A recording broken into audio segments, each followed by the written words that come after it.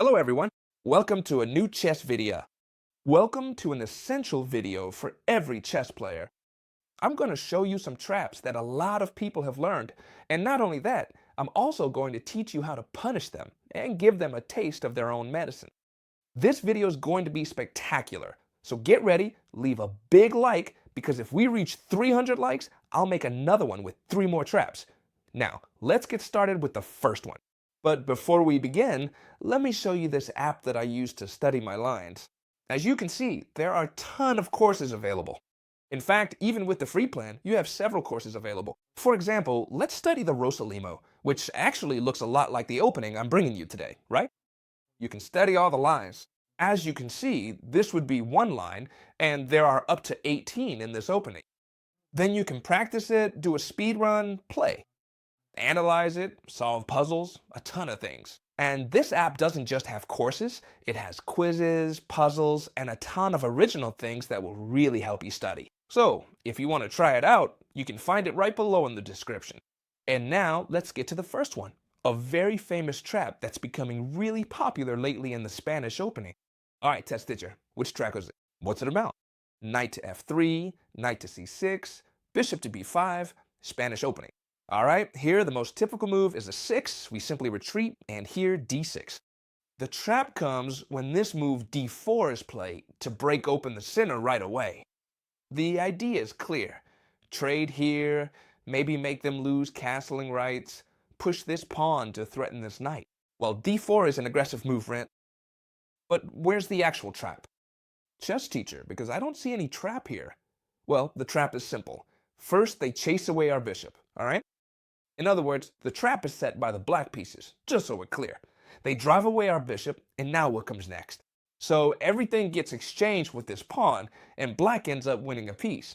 I'm showing you this because it's very simple. First, I'll explain what the trap is, and then I'll show you how to punish it. Everything gets exchanged here, and you simply win this bishop. How? First by threatening the queen, and then by threatening the bishop, which has no escape. It's true that it looks like we can save ourselves with this move, because we're threatening checkmate and we're threatening the rook, but simply bishop to e6, the queen has to move, bishop to d7, and when the queen comes back over here, now it no longer threatens the rook. You just push the pawn, block the checkmate, and now, as you can see, the white pieces have lost the bishop no matter what. This is the trap, but it's very easy to punish. I'm going to explain it to you, and you'll be super grateful to me. Why? Because they'll never be able to pull it off against you again. It's that simple. Alright, let's play it out. The Spanish opening, knight to f3, knight to c6, bishop to b5. Everything's normal up to here. When they play a 6, you can pull the bishop back here, and you should do it. Alright, you can play d4 without any problem. It's a good move, but you have to be very careful about how you continue. Here, what's the move to set up the trump? I just explained it to you. b5 to push the bishop back, and now they exchange everything here. Alright, so right when they exchange here, pay attention. When they exchange here, it doesn't matter if it's with the pawn or the knight, you must not capture this pawn with the queen. Here's the key. This is the crux of the matter. Don't capture the pawn with the queen, because if you take this pawn with the queen, then comes c5 and then c4. If you try to pull off the trick, they hit you with that bishop move I mentioned. So instead of capturing this pawn with the queen, what should I do, chess teacher? It's simple. There's a really good move here, which is c3. Let me explain, okay? I'm going to try to explain it in a super simple way so everyone can understand. What's the idea behind c3? Logically, it's to attack this pawn. That is, if they do anything else, for example, this move here, we would simply capture this pawn, even though here they'd be attacking this square, right? We don't care.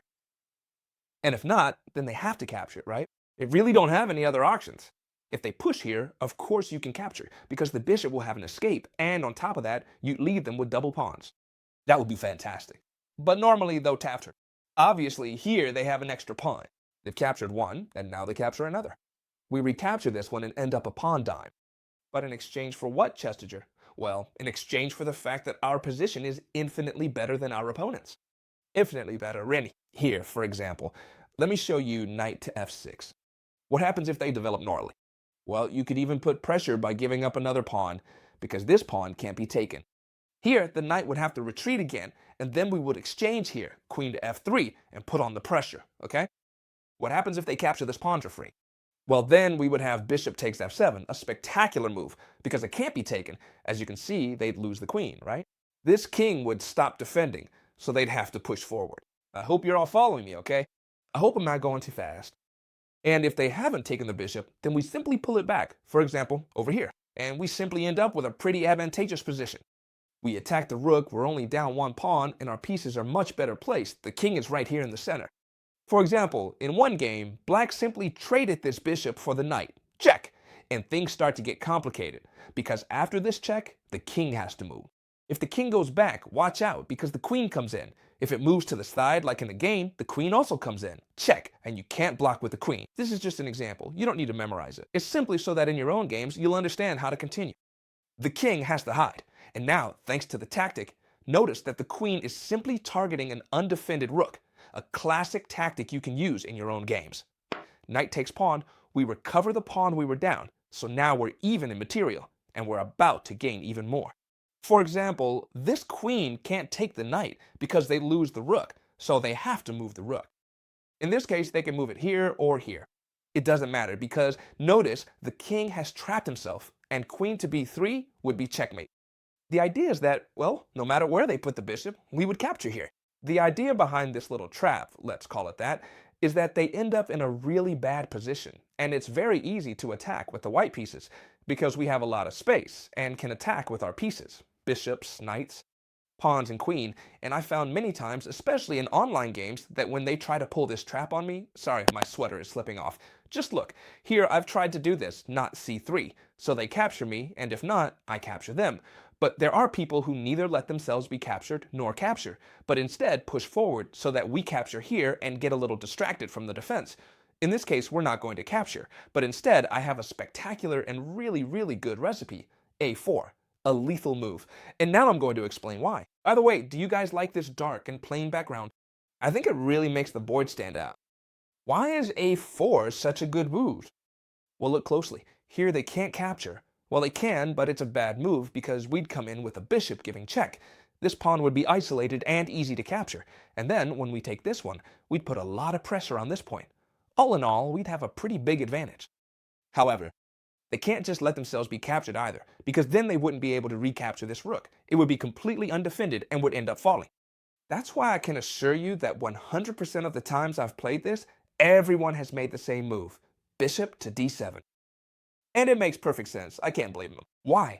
Because while they're defending the square, they're also connecting the queen with the rook, so it's not left undefended. Bishop to d7, a move that seems wonderful, but here we actually have a lethal weapon. Pawn takes pawn. Why can we exchange pawns here, Chesticker? If they just attack my rook, right? If I exchange now, they'll just capture with the queen. But that's because here we have a wonderful move. And the move is as follows. We bring the queen right into the lion's den. Queen to h5 is an extraordinary move. Extraordinary, I say. So extraordinary that they should just resign now. What are we threatening? It's obvious, right? Checkmate. Let's see how they can stab it. With knight to h6? Nah, because we would simply eliminate the defender and deliver checkmate on the next move. Alright, with bishop to e6, don't get carried away. With bishop to e6 either. Why not? Because we would simply capture the rook, right? So they have to be very careful here. And what else, right? We capture the rook, and then what? And then we capture over here, and they can't recapture. Take it easy. Don't lose your head, okay? We capture here, and they can't recapture. So what move do they have left? Well, they can play g6, which makes a lot more sense. While they attack our queen, they stop the checkmate, but they don't really stop anything at all, because all we have to do is change the direction of the queen and place it on d5. Now, this really is lethal. We're threatening checkmate, and we're threatening the rook. Nah, Chesticker, there's actually another move here. Look, you guys are really nitpicky, huh? Yeah, maybe they could find this one, right? They're threatening our queen, so now what? Well, here you could just give this check, attacking the king. Whether they block with the queen and we capture the rook, or they block with the bishop and we also capture the rook, right? And if they move the king, well, even then, right? You could even capture with the rook, meaning we'd end up in a favorable position, whether they capture or advance. This here is especially useful for those of you who have around 1600 ELO points or less, okay? Why? Because it works really well, especially in fast games, and that's when we play. This Gambit here, the Englund Gambit, I'm sure you've seen it on the channel before. It's a powerful Gambit. It's a powerful gambit against the queen's pawn, which usually bothers us because we don't really know how to play well against it. So those who play d4 want a quiet queen's pawn position, and here we're already giving them trouble from the very first move. What happens when we give up this pawn? Well, we're simply going to put pressure on them with the knight, forcing them to defend it, and they have two basic ways to do so. In fact, the only ways, with the knight or the bishop. And honestly, it doesn't matter to us which one they use to defend, because we're just going to put pressure on them again with the queen. So now, if they defended with the knight first, they'll have to defend with the bishop next. And this is where we really start to squeeze them and end up winning the game. This will help you a lot against opponents. Let me tell you, 1600, 1500 rated players fall for this trap all the time. You'll be able to pull it off many, many times. You come in with the queen here giving check, and watch out because we're about to take the bishop. Do you see me attacked? And a lot of times here, they don't even realize it and block with the knight, so we just capture this bishop, right? But if they do notice and move the bishop back to block the check, which makes a lot of sense, right? Now they're simply not going to lose the bishop and the covered from the check. So we're just going to capture this pawn here. We've recovered the pawn we were down. We're putting pressure on the rook. And not only that, but we're threatening this pawn again with the queen and the knight. Right? If they defended it again, we capture the rook. That's why they have to defend both the rook and the pawn. And most people play bishop to c3. Defended by the knight, they attack the queen, defend the rook, and defend the pawn. It seems like a wonderful move, but they miss the big detail that we can come in with the bishop on b4. Bishop to b4 is a fantastic move. And notice that now it's threatening nothing less than capturing the rook, because this bishop can no longer recapture the queen since it's pinned, right? So here, after this pin, people usually play the queen over here to avoid the pin. And here, it looks like everything is defended, doesn't it? But we simply go ahead and capture this spot here. Bishop takes bishop, winning the game immediately. If they capture with the knight, queen takes rook, and we win the rook. And if they capture with the queen, it looks like they're defending everything, but the queen sneaks in on c1, delivering checkmate. That's why here, after bishop takes bishop, they pretty much have to. No, they definitely have to resign to this little trap. I'm sure this will work really well for you against amateur players. And in case anyone is wondering, here, let's go back a bit. When we play the bishop here, pinning everything, right? The bishop here, what happens if they capture a bishop? I'm sure someone must be wondering about this. Well, we would simply bring in the knight and notice that we're threatening the rook. And not only that, but we're also threatening this square here. That is, if they move the knight to defend everything, we just bring in our knight, check, and we would take the rook. And in this case, be careful because it's check, but it's practically mate since there's nowhere to go. The only way out is to sacrifice the queen for the knight, and then we'd be left with a huge advantage, having a queen. And pay attention here, because I've seen a lot of people make a huge mistake in the Scandinavian defense, and I don't think I've ever shown it to you before. So let's get to it. So simply put, in the Scandinavian defense, when they capture here, the regular, standard Scandinavian defense, we play knight to c3 and chase away the queen. In the queen to d8 variation, which is the most popular of all, people capture the central pawn and then retreat their queen to avoid problems. Well, here we're simply going to play d4. d4, people keep developing their pieces, and we play knight to f3. And here I've come across a huge, but really huge mistake, which is the following. They go for the pen, hitting the knight with bishop to g4. It's the most commonly played move in this position, and it's a mistake. Why is it a mistake? Well, it's a very serious mistake, and it should be understood in a very simple way. Now, this knight can't move because our queen would be captured, right? Well, we have a fabulous plan to bait our opponent. Pay attention. We're going to play d5. This move is wonderful. Our opponent is going to think they're the smartest in the neighborhood. They're going to put on their burglary glasses, just like Pepe Cuenca would. We're attacking this knight, and you might say, well, yes, but you're actually helping me. I come here with a knight, knight to e5, and I put massive pressure on this point. You can't capture because I'll capture your queen. And this is where we punch them right in the glasses. I don't know why I'm getting so crazy. All right, so what we do is capture the knight. Yes, it's true. It looks like we're going crazy because we're giving up the queen, but even so, we still have a hugely advantageous position. Pay attention, we sacrifice the queen. Why? Because now we have this check here, an incredible check. And notice that the king can't move. The only thing they can do is put the queen in between, and then we'd capture it.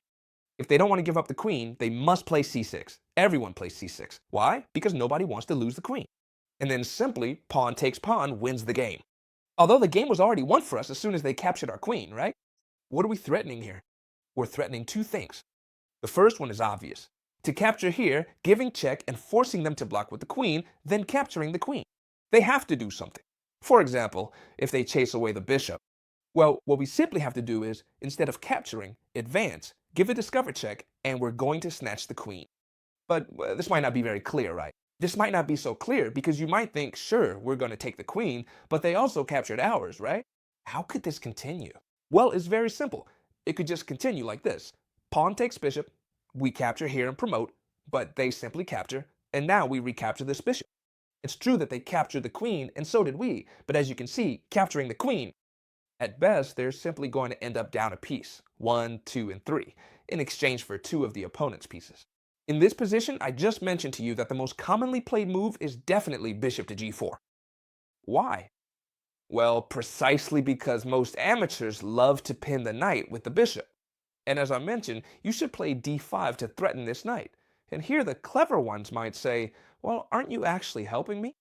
But what happens here? Someone might think, well, I'm just going to capture this knight, which I've seen happen a lot. Why? Because if I capture with the queen, I can jump in with the knight either to d4 or to e5, threatening the queen and gaining tempo. If it's from here, I'm also targeting this square, so you have to be careful. What do I recommend in this case? It's very simple. Pawn takes bishop, okay? Pawn takes bishop, they have to move the knight because it's under attack. It really doesn't matter to us where they move it because now our queen isn't tied down to any attack. And how can we continue? It's super simple. Bishop to f4, attacking this knight. It has 2 retreats, either here or here. Be careful, because if it comes here, which a lot of you are probably thinking, we go back in here just like before. Careful, careful. Same as before, but now with an extra queen. I mean, that's terrifying. They have to go back, knight to d7. And once they have the knight on d7, our entry is incredibly strong.